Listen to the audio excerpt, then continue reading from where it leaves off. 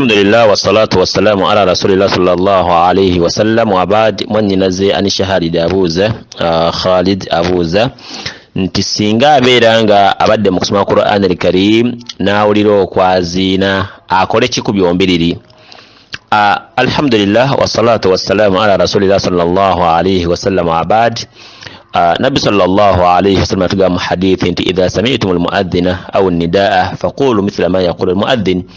Bamulira omwazinyi nga yazina oba okukoowola nga bakoowola muddeemu omwazinyi byayogera, muddeemu ebigambo ng'omwazinyi byaddamu.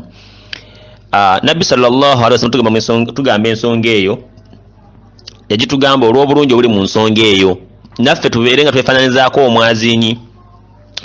Bwe twali tulaba ebimu ku birungi omwazinyi byagenda okubeera ng'afuna, twagamba nti abantu abo bagenda kubeera atwaru anaqi yawm al-qiyama, bagenda kubeera nga abantu abalina ensingo empanvu ennyo yawm al-qiyama.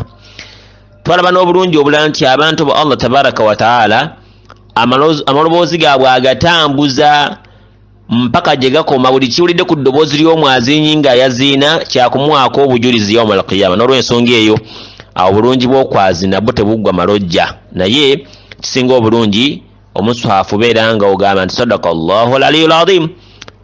Naam, oberenga okomaawo obadde okomye biidhnillah aya gimale eyo omale, wegimaliriza obeere nga oyogera bigambo biri omwazinyi byakola ki byayogera, ittibaa li sunnati nabi sallallahu alayhi wasallam, olw'okugoberera enkola y'omubaka Muhammadin sallallahu alayhi wasallam gye yatuyigirizaamu singa babeera nga baziina. Barakallahu fikum.